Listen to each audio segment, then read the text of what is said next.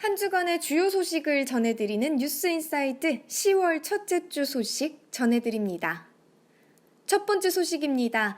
뉴사우스웨일즈 의회에서 8주 동안 찬반 논란이 전개됐고 시민들의 지지 및 반대 시위를 촉발했던 낙태법 개정안이 마침내 지난달 25일 뉴사우스웨일즈 상원에서 통과됐습니다. 표결 결과는 찬성 26표, 반대 14표였는데요. 당초 법안 명칭이 출산보건복지 개정안에서 낙태법 개정안으로 변경됐고 여러 규제가 포함됨에 따라 26일 오전 하원에서 최종 표결 과정을 거쳐 법이 발효됐다고 합니다.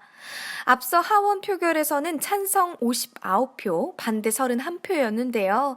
반대에는 자유당 의원 19명이 포함됐습니다. 26일 하원 재투표 때 앞서 법안에 찬성했던 글래디스 베레지클리안 주총리는 투표에 불참했습니다.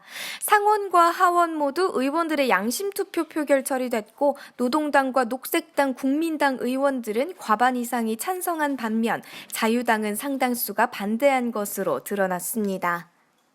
무소속의 알렉스 그린위치 의원이 8월 1일 개인 입법안으로 법안을 발의한 이 안건은 뉴사우스웨일즈 상원 역사상 세 번째로 긴 30시간의 찬반 논쟁이 진행되는데요. 반대를 주도한 타니아 데이비스 등 3명의 자유당 의원들은 요구사항이 수정안에 반영되지 않을 경우 탈당 또는 당권 도전까지 불사하겠다고 위협하는 등 자유당은 심한 진통을 겪어야 했습니다. 강경 보수파 정치인들과 종교단체들은 주정부가 충분한 대중 논의 없이 일부 찬성 의원들의 협의를 거쳐 법안을 강행했다고 비난했는데요. 그러나 의원들에게 양심투표를 허용했기 때문에 이 주장은 공감을 받지 못했습니다. 낙태를 형사법이 아닌 보건법으로 대처하면서 해당 여성에 대한 범죄 취급을 중단해야 한다는 것이 개정안의 핵심 내용이었는데요. 찬반이 분분했던 자유당은 당권 경쟁의 일보 직전까지 갈 정도로 내홍을 겪었고 그런 점을 감안해 베레지클리안 주총리는 반대파가 요구한 수정안을 상당 부분 수용했습니다. 그린위치 의원이 하원에 상정했던 원안보다 보수적인 내용이 가미됐는데요. 그러나 낙태를 형사법의 처벌 대상에서 제외하고 임신 22주 이전에 낙태를 허용하며 임신 22주 이후 낙태 산부인과 의사 2명의 동의를 받아야 하는 3개의 핵심은 변동이 없었고요. 뉴사우스웨일즈의 낙태법은 지난해 통과된 퀸즐랜드법을 모델로 했고 빅토리아법보다 다소 보수적인 편입니다.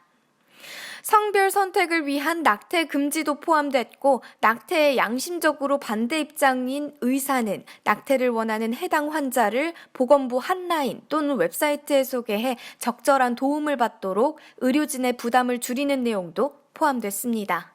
다음 소식입니다. 시드니 버스에서도 23일부터 비접촉식 요금 결제가 가능해짐에 따라 교통카드인 오팔카드 없이도 신용카드나 휴대폰으로 모든 대중교통을 이용할 수 있게 됐습니다.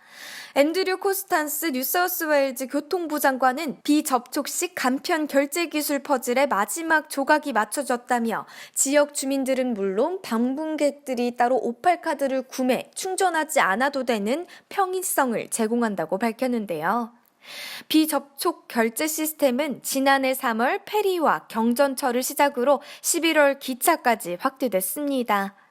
사용 가능한 카드사는 비자와 마스터카드, 아메리칸 익스프레스 등이며 신용 직불카드 또는 휴대폰 결제 기능이 활성화된 모바일 장치 등을 통해 요금을 지불할 수 있게 됐습니다.